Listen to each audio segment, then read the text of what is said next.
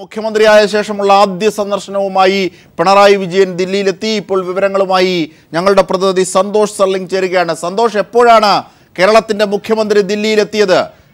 വിമാനത്താവളത്തിലെത്തിയ സമയമടക്കമുള്ള വിശദാംശങ്ങൾ, തുടർന്നുള്ള പരിപാടികളും. ജിംഷാദ് 10:40 മുഖ്യമന്ത്രി പിണറായി വിജയൻ ഡൽഹിയിലെത്തി.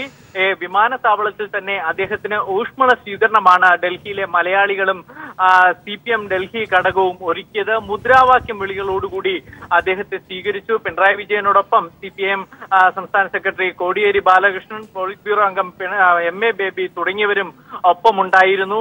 വിമാനത്താവളത്തിൽ ചെറു സ്വീകരണത്തിന് ശേഷം അദ്ദേഹം ഇപ്പോൾ കേരള ഹൗസിലേക്ക് പോയിട്ടുണ്ട്. കേരള ഹൗസിൽ അദ്ദേഹത്തിന് താലപ്പൊലിയും ചെണ്ടമേളങ്ങളോടും കൂടിയാണ് ജീവനക്കാർ സ്വീകരണം ഒരുക്കിയിരിക്കുന്നത്. എന്തായാലും ആദ്യമായി എത്തുന്ന മുഖ്യമന്ത്രിക്കുള്ള വമ്പിച്ച സ്വീകരണ പരിപാടികളുടെ തുടക്കമാവുകയാണ്. നാളെ വൈകുന്നേരം 7 മണിയോടുകൂടി അദ്ദേഹത്തിന് ഡൽഹിയിൽ പൗരസ്വീകരണവും ഒരുക്കിയിട്ടുണ്ട്. ഇന്ന് അദ്ദേഹം കേന്ദ്ര മന്ത്രിസഭയിലെ പ്രമുഖരുമായി കൂടിക്കാഴ്ചകൾ നടത്തും. അതാണ് ഔദ്യോഗിക പരിപാടി.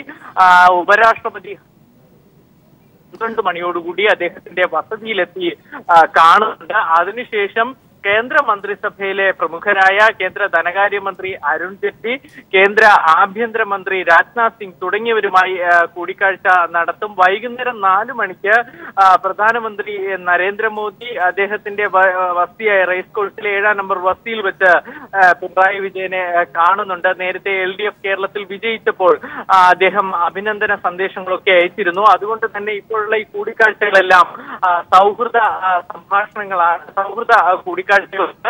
വൈകുന്നേരം 6 മണിക്കാണ് മറ്റൊരു പ്രധാന കൂടിക്കാഴ്ചയുള്ളത്. സന്തോഷ് പറഞ്ഞത് അവസാനം എത്തിയ വിശദാംശങ്ങൾ വ്യക്തമല്ല. ഒരിക്കൽ കൂടി, അതായത് മുഖ്യമന്ത്രി ഇപ്പോൾ ദില്ലിയിൽ എത്തി, 10:40 എത്തി. ഇനിയുള്ള പരിപാടികളെ സംബന്ധിച്ചും സന്തോഷ് വിശദീകരിച്ചു.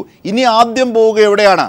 കേരള ഹൗസിലെ സ്വീകരണം എപ്പോഴാണ്? തുടർന്നുള്ള മറ്റു വിശദാംശങ്ങളിലേക്ക് കൂടി പോയാൽ രാഷ്ട്രപതി, ഉപരാഷ്ട്രപതി, പ്രധാനമന്ത്രി, ധനമന്ത്രി അടക്കമുള്ളവരുമായി ഒക്കെ കൂടിക്കാഴ്ച നടത്തും. മുഖ്യമന്ത്രി എന്നുള്ള നിലയിൽ കേരളത്തിൻ്റെ വികസന സാധ്യതകൾ, അല്ലെങ്കിൽ അതുമായി ബന്ധപ്പെട്ട കേന്ദ്രത്തിൽ നിന്നും ലഭിക്കാവുന്ന സാധ്യതകളൊക്കെയും അവകാശങ്ങളൊക്കെയും മേടിച്ചെടുക്കുക എന്നതടക്കമുള്ള വിപുലമായ പരിപാടികൾ. മുഖ്യമന്ത്രിയുടെ അടുത്ത പരിപാടി എങ്ങോട്ടേക്ക്? ജിംഷാദ്, അല്പസമയത്തിനകം അദ്ദേഹം കേരള ഹൗസിലെത്തും. കേരള ഹൗസിൽ ജീവനക്കാരൊരുക്കിയ സ്വീകരണമാണ് ഇനി അടുത്ത പരിപാടി. ഏറ്റവും പ്രധാനപ്പെട്ടതും അതുതന്നെയാണ്. അവിടെ വലിയ സ്വീകരണ ചടങ്ങുകളാണ് അവർ ജീവനക്കാർ ഒരുക്കിയിരിക്കുന്നത്. പ്രത്യേകിച്ച് താലപ്പൊലിയും ചെണ്ടമേളങ്ങളും ഒക്കെ അദ്ദേഹത്തിനായി ഒരുക്കിയിട്ടുണ്ട്. അവിടെ ആ സ്വീകരണത്തിന് ശേഷമാണ് അദ്ദേഹത്തിന്റെ ഔദ്യോഗിക ചടങ്ങുകൾ ആരംഭിക്കുന്നത്. 12 മണിയോടുകൂടി ഏറ്റവും ആദ്യം ഉപരാഷ്ട്രപതി ഹമീദ് അൻസാരിയെയാണ് കാണുന്നത്. പിന്നീട് രാത്രി 6 മണിയോടുകൂടി രാഷ്ട്രപതി പ്രണബ് മുഖർജിയെ കാണും. ഇതിനിടയിലാണ് പ്രധാനമന്ത്രി നരേന്ദ്രമോദിയും പിന്നെ കേന്ദ്രമന്ത്രിസഭയിലെ പ്രമുഖരായ അരുൺ ജെയ്റ്റ്ലി, രാജ്നാഥ് സിംഗ് തുടങ്ങിയവരുമായുള്ള കൂടിക്കാഴ്ചകൾ. ഇതിലൊക്കെ സൗഹൃദ കൂടിക്കാഴ്ചകളാണ് എന്നാണ് അറിയിക്കുന്നത്. അതോടൊപ്പം തന്നെ കേന്ദ്രവുമായുള്ള ബന്ധം ശക്തമാക്കുക, ഊഷ്മളമാക്കുക എന്നതാണ് പ്രധാന ലക്ഷ്യം. നേരത്തെ തന്നെ LDF മന്ത്രിസഭ അധികാരത്തിൽ വന്നപ്പോൾ തന്നെ സംസ്ഥാനത്തിന്റെ പിന്നോക്കാവസ്ഥ സൂചിപ്പിച്ചിരുന്നു. ഇക്കാര്യത്തിലൊക്കെ കേന്ദ്ര സഹായം നേടിയെടുക്കുക, അവകാശവാദം ഉന്നയിക്കുകയാണ് പ്രധാന ലക്ഷ്യം. മുഖ്യമന്ത്രിയോടൊപ്പം ചീഫ് സെക്രട്ടറി, പ്രിൻസിപ്പൽ സെക്രട്ടറി ഉള്ളവരും എത്തിയിട്ടുണ്ട്. അതുകൊണ്ട് തന്നെ ഈ ഔദ്യോഗിക കൂടിക്കാഴ്ചകളൊക്കെ വളരെ പ്രാധാന്യമുള്ളത് കൂടിയാണ് സംസ്ഥാനത്തെ സംബന്ധിച്ചിടത്തോളം. ശരി സന്തോഷ്, കൂടുതൽ വിശദാംശങ്ങൾക്കും ആയി തുടർന്നും എത്താനാകും. ഇപ്പോൾ പിണറായി വിജയൻ കേരളത്തിൻ്റെ മുഖ്യമന്ത്രി ദില്ലിയിലെത്തിയിരിക്കുകയാണ്. രാഷ്ട്രപതി, ഉപരാഷ്ട്രപതി, പ്രധാനമന്ത്രി, ധനമന്ത്രി എന്നിവരുമായൊക്കെ കൂടിക്കാഴ്ചയുണ്ട്. ഒപ്പം മലയാളികൾ ദില്ലിയിലെ വിപുലമായ സ്വീകരണ പരിപാടികളാണ് മുഖ്യമന്ത്രിക്ക് ഒരുക്കിയിരിക്കുന്നത്. 10:40 ദില്ലിയിലെ വിമാനത്താവളത്തിൽ പിണറായി വിജയൻ എത്തി. പിണറായി വിജയന്റെ തുടർന്നുള്ള പരിപാടികളിലേക്കും ഒക്കെ നമുക്ക് പോകാം. വാർത്തകളിലേക്ക്. പൂട്ടിയ ബാറുകൾ തുറക്കില്ലെന്ന് എക്സൈസ് മന്ത്രി TP രാമകൃഷ്ണൻ. മദ്യത്തിന്റെ ഉപഭോഗം കുറയ്ക്കുകയാണ് ലക്ഷ്യം. ബാറുകൾ പൂട്ടിയെന്നത് പ്രചാരവേല മാത്രമാണെന്നും മന്ത്രി പറഞ്ഞു.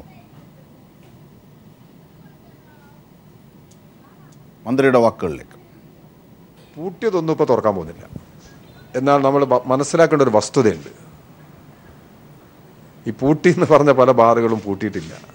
അതിൽ ലിക്കർ ഒഴിവാക്കി. ഗവൺമെൻറ് ലക്ഷ്യമിടുന്നത് മദ്യത്തിൻ്റെ ഉപഭോഗം കുറയ്ക്കാനാണ്. അതിന് അതിവിപുലമായ നിലയിലുള്ള പ്രചാരവേല, വിദ്യാർത്ഥികളെ ഉൾപ്പെടെ പങ്കാളികളാക്കി അതിവിപുലമായ നിലയിലുള്ള ബോധവൽക്കരണം, മദ്യത്തിനെതിരായി മദ്യാസക്തിയിൽ ജനങ്ങളെ മോചിപ്പിക്കാൻ. ഇത്തരമൊരു നിലപാടാണ് ഗവൺമെൻറ് ലക്ഷ്യമിടുന്നത്.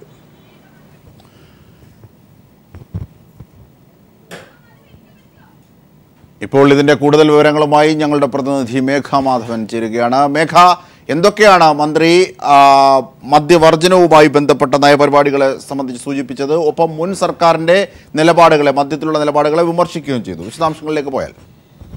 അജിംഷാദ്, അല്പം മുമ്പാണ് തൊഴിൽ എക്സൈസ് മന്ത്രി T P Ramakrishnan Kozhikode press ക്ലബിൽ മുഖാമുഖം നടത്തിയത്. മന്ത്രിയായി ചുമതലയേറ്റതിനു ശേഷമുള്ള ആദ്യ മുഖാമുഖം കൂടിയാണ്. അദ്ദേഹം LDFന്റെ നിലപാടുകൾ കൃത്യമായി വിവരിക്കുകയായിരുന്നു. ഒരു പൂട്ടിയ ബാറുകൾ ഒരു തരത്തിലും തുറക്കില്ല.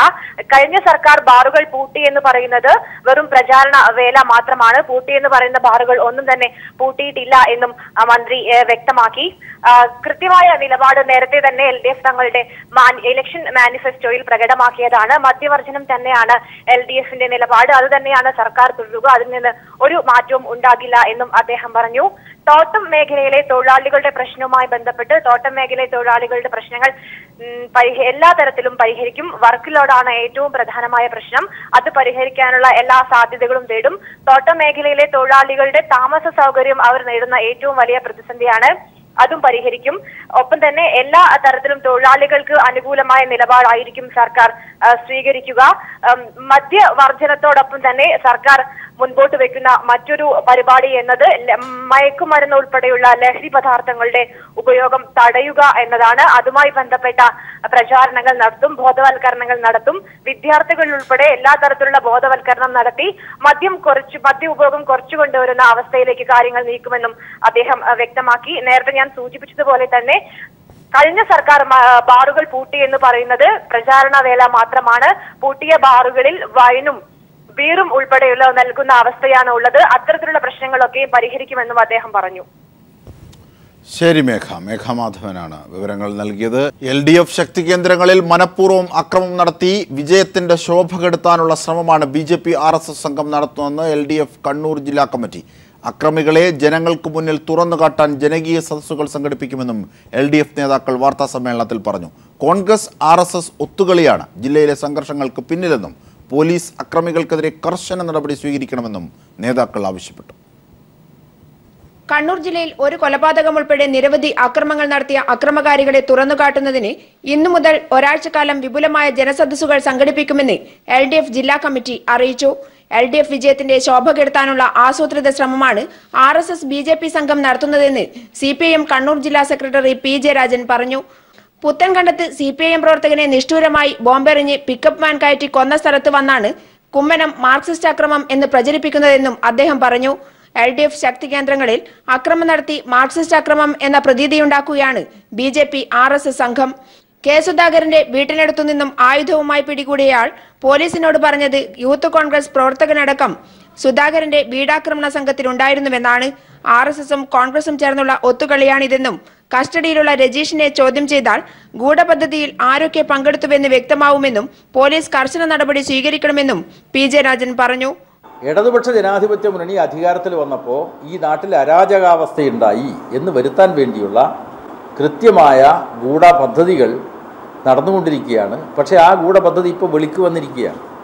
അപ്പോൾ LDFന് പറയാനുള്ളത് ഇത് സംബന്ധിച്ച് സമഗ്രമായിട്ട് അന്വേഷിക്കണം. കൂത്തുപറമ്പ് കരേറ്റയിലും മട്ടന്നൂർ പഴശ്ശി എളക്കുഴിയിലും പഴശ്ശി പെരിഞ്ചേരി ബാവോത്തുപാറയിലും ചാവശ്ശേരിയിലും ആഹ്ലാദ പ്രകടനത്തിനു നേരെ ബോംബെറിഞ്ഞു. മരുതായി മേറ്റടി പാർട്ടി ഓഫീസ് നിശേഷം തകർത്തു. നീർവേലിയിൽ ഹോട്ടൽ തൊഴിലാളിയായ ശശീന്ദ്രന്റെ വീട്ടിൽ കയറി ഭാര്യ സാവിത്രി, മക്കൾ ആരോമൽ, അതുൽ എന്നിവരെ ഭീകരമായി മർദ്ദിച്ചു. ഇത്തരത്തിൽ LDF അധികാരത്തിലേറിയതിന്റെ ശോഭ കെടുത്താൻ BJP RSS സംഘം നടത്തുന്ന അക്രമത്തിനെതിരെ മതേതര ജനാധിപത്യ വിശ്വാസികൾ അണിനിരക്കണമെന്നും പ്രതിഷേധം ഉയർത്തിക്കൊണ്ടുവരണമെന്നും LDF ജില്ലാ കമ്മിറ്റി അഭ്യർത്ഥിച്ചു. News bureau, Kannur. മലപ്പുറത്ത് ഒരു LP സ്കൂൾ കൂടി പൂട്ടാൻ ഒരുങ്ങുന്നു.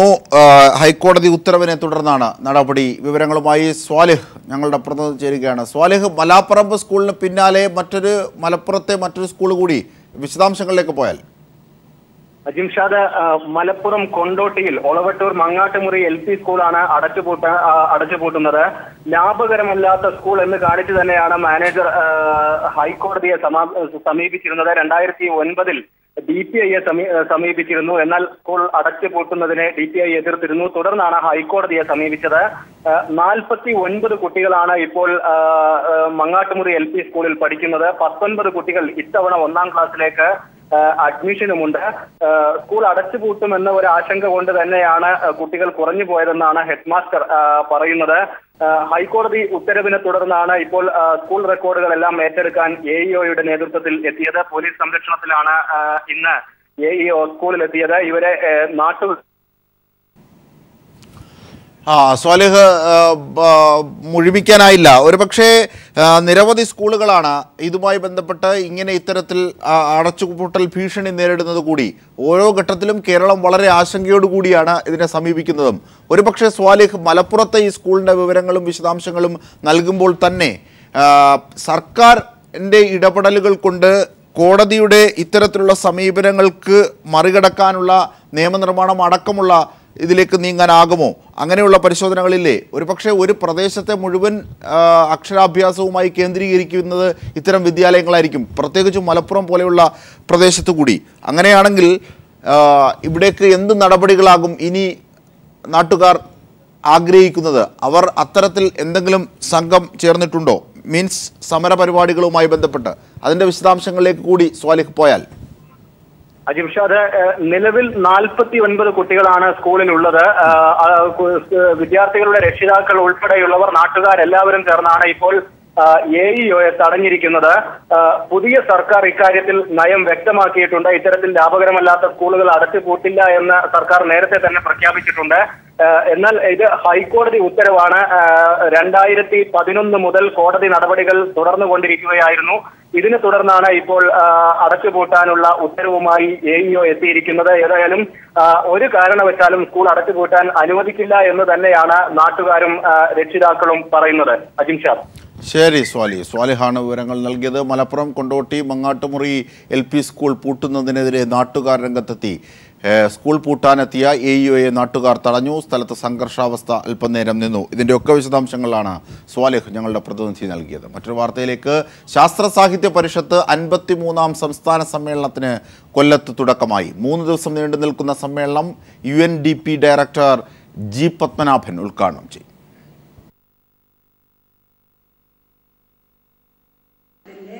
3 ദിവസം നീണ്ടു നിൽക്കുന്ന സമ്മേളനത്തിൽ 450 പ്രതിനിധികളാണ് പങ്കെടുക്കുന്നത്. വികസനം, വിദ്യാഭ്യാസം, പരിസരം, ആരോഗ്യം, ലിംഗനീതി തുടങ്ങിയ വിഷയങ്ങളെ സംബന്ധിച്ച് സമ്മേളനം ചർച്ച ചെയ്യുന്നു. ജീവിത ദുരിതങ്ങൾ പുതിയ രൂപത്തിൽ സമൂഹത്തെ ഗ്രസിക്കുമ്പോൾ ശാസ്ത്ര അവബോധവും യുക്തിചിന്തയും പ്രശ്നപരിഹാരത്തിന് വെളിച്ചമാകണമെന്ന് പരിഷത്ത് ആവശ്യപ്പെടുന്നു. സമ്മേളനം UNDP ഡയറക്ടർ G പത്മനാഭൻ ഉദ്ഘാടനം ചെയ്തു. അതിന്റെ കൂടെ ഈ മുകളിലുള്ള സോയിൽ എറോഷൻ വന്നു കഴിഞ്ഞിട്ട് ഈ പല ഈ നദികളുടെ ബെഡിന്റെ ഇതിൽ റിവർ ബെഡിൽ സിൽറ്റേഷൻ വന്നിട്ട് അതിന്റെ ലെവൽ വാട്ടർ ക്യാരിയിങ് കപ്പാസിറ്റി വളരെ കുറയും. അപ്പോൾ എന്തെന്ന് വെച്ച് കഴിഞ്ഞാൽ കൂടുതൽ വെള്ളപ്പൊക്കം വരും. അത് ഒരു ട്രെൻഡാണ് അവിടെ. പിന്നെ ഈ ഇതിൽ കോസ്റ്റൽ ഏരിയയിൽ ഞാൻ മുമ്പ് പറഞ്ഞ പോലെ നിറച്ച ഈ റൈസും അങ്ങനത്തെ ഇത് കോക്കനട്ടും ഇതൊക്കെ ഗ്രോ ചെയ്യുന്ന സ്ഥലമാണ്. അപ്പൊ അതിൽ ഈ കൂടുതൽ വെള്ളപ്പൊക്കം വന്നു കഴിഞ്ഞാൽ കൂടുതൽ നാശനഷ്ടങ്ങൾക്ക് സാധ്യതയുണ്ട്. മന്ത്രിമാരായ Thomas Isaac, Harindranath, doctor B Iqbal, doctor B Jayaraman, doctor KN Ganesh തുടങ്ങി നിരവധി പ്രമുഖർ സെഷനുകളിൽ സംസാരിക്കുന്നു. ഞായറാഴ്ച ഉച്ചയോടെ സമ്മേളനം സമാപനമാകും. ന്യൂസ് ബ്യൂറോ, കൊല്ലം. കൊല്ലത്ത് നടക്കുന്ന ശാസ്ത്ര സാഹിത്യ പരിഷത്തിന്റെ സംസ്ഥാന സമ്മേളനത്തിൽ വിളമ്പുന്ന ഭക്ഷണത്തിന് ഒരു പ്രത്യേകതയുണ്ട്. സ്വന്തമായി കൃഷി ചെയ്തെടുത്ത അരിയും പച്ചക്കറിയും ഉപയോഗിച്ചാണ് 600ഓളം വരുന്ന ആൾക്കാർക്ക് ഭക്ഷണം വിളമ്പുന്നത്. 3 ദിവസമായി കൊല്ലത്ത് നടക്കുന്ന സമ്മേളനത്തിന് കൃത്യം 1 വർഷം മുമ്പ് തന്നെ സമ്മേളനത്തിലുള്ള ഭക്ഷണ സാധനങ്ങൾക്കായി പരിഷത്ത് പ്രവർത്തകരുടെ നേതൃത്വത്തിൽ കൃഷി തുടങ്ങിയിരുന്നു. ചടയമംഗലം, കരുനാഗപ്പള്ളി, അഞ്ചൽ എന്നീ സ്ഥലങ്ങളിൽ 11 ഏക്കറിൽ നെൽകൃഷി നടത്തി. ജില്ലയിലെ 3000ഓളം പരിഷത്ത് പ്രവർത്തകർ സമ്മേളനത്തിന് 3 മാസം മുമ്പ് പച്ചക്കറി കൃഷിയും തുടങ്ങിയിരുന്നു. പയർ, ചീര, കോവയ്ക്ക, മുരിങ്ങയില, ചേന, ചക്ക തുടങ്ങി നമ്മുടെ പറമ്പുകളിൽ നിന്ന് ലഭിക്കുന്ന സാധനങ്ങൾ ഉപയോഗിച്ചാണ് ചോറിനുള്ള കറികൾ തയ്യാറാക്കുന്നത്.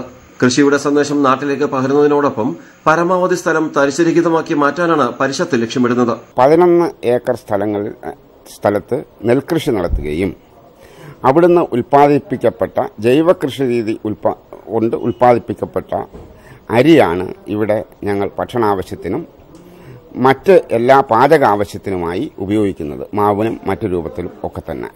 നാടൻ വിഭവങ്ങളാണ് സമ്മേളനത്തിൽ ചായയോടൊപ്പം വിളമ്പുക. തെരളി, കുഴക്കട്ട, ചക്കപ്പുഴുക്ക്, ചമ്മന്തി, അങ്ങനെ പോകുന്നു വിഭവങ്ങൾ. ശാസ്ത്ര സാഹിത്യ പരിഷത്തിന്റെ സമ്മേളന വേദിയിൽ നിന്ന് ക്യാമറമാൻ പ്രമോദ് പന്നിയോടിനൊപ്പം രാജ്കുമാർ. കടുവകളുടെ വിഹാര കേന്ദ്രമാണ് രാജസ്ഥാനിലെ രൺഥംബോർ നാഷണൽ പാർക്ക്. കടുവകളെ കാണാനും ഫോട്ടോ എടുക്കുവാനും ലോകത്തിന്റെ വിവിധ ഭാഗങ്ങളിൽ നിന്നും ധാരാളം പേർ ഇവിടെ എത്താറുണ്ട്. പുള്ളിപ്പുലി, അപൂർവയിനം പക്ഷികൾ ഒക്കെ ഇവിടെയുണ്ട്. രൺഥംബോർ നാഷണൽ പാർക്കിലെ ഞങ്ങളുടെ ക്യാമറമാൻ പി സലീം നടത്തിയ യാത്രയിലേക്ക്.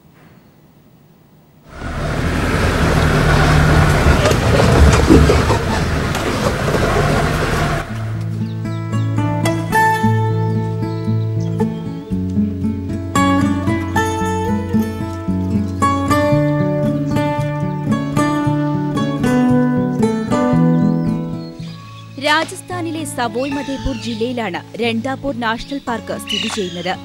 ജയ്പൂരിൽ നിന്നും 3 മണിക്കൂർ വേണം 160 കിലോമീറ്റർ പിന്നിട്ട് പാർക്കിലെത്താൻ. 392 ചതുരശ്ര കിലോമീറ്റർ വനത്തിൽ 300ഓളം ഇനത്തിൽപ്പെട്ട പക്ഷികളും മറ്റു മൃഗങ്ങളുമുണ്ട്. കാട്ടിലെ കടുവയെ അടുത്ത് കാണുവാനാണ് സഞ്ചാരികളിലധികവും ഇവിടെ എത്തുന്നത്. അരവില്ലി പർവ്വതനിരയിൽ നിന്നുള്ള ബനാറസ് നദി ഈ കാട്ടിലൂടെയാണ് ഒഴുകുന്നത്. ഒറ്റയ്ക്കും കൂട്ടമായും വിഹരിക്കുന്ന കടുവകൾ, പുള്ളിപ്പുലികളും മറ്റു വന്യമൃഗങ്ങളും ഏതൊരു സഞ്ചാരിക്കും ആഹ്ലാദകരവും അത്ഭുതകരവുമായ കാഴ്ചയാണ്. It's the month of May, it's 45 degrees and like few days ago it was 48 degrees, but nothing can stop people to come and see the tiger and its activity. Safari വണ്ടിയിൽ നിന്നിറങ്ങി മൃഗങ്ങളുടെ ഫോട്ടോ എടുക്കുവാനുള്ള അനുമതിയില്ല. വിലക്ക് ലംഘിച്ച് പുറത്തിറക്കിയ ചിലർക്ക് വന്യജീവി ആക്രമണത്തിൽ ജീവൻ തന്നെ നഷ്ടമായിട്ടുണ്ട്. വന്യജീവി ഫോട്ടോഗ്രാഫർമാരുടെ ഇഷ്ടസ്ഥലമാണിവിടം. അത്യപൂർവമായ ഈ പരിസ്ഥിതി സൗന്ദര്യം ആസ്വദിക്കേണ്ടത് തന്നെയാണ്. രാജസ്ഥാനിലെ രൺഥംബോർ നാഷണൽ പാർക്കിൽ നിന്നും കൈർലി പീപ്പിൾ ടിവിക്ക് വേണ്ടി പി സലീം.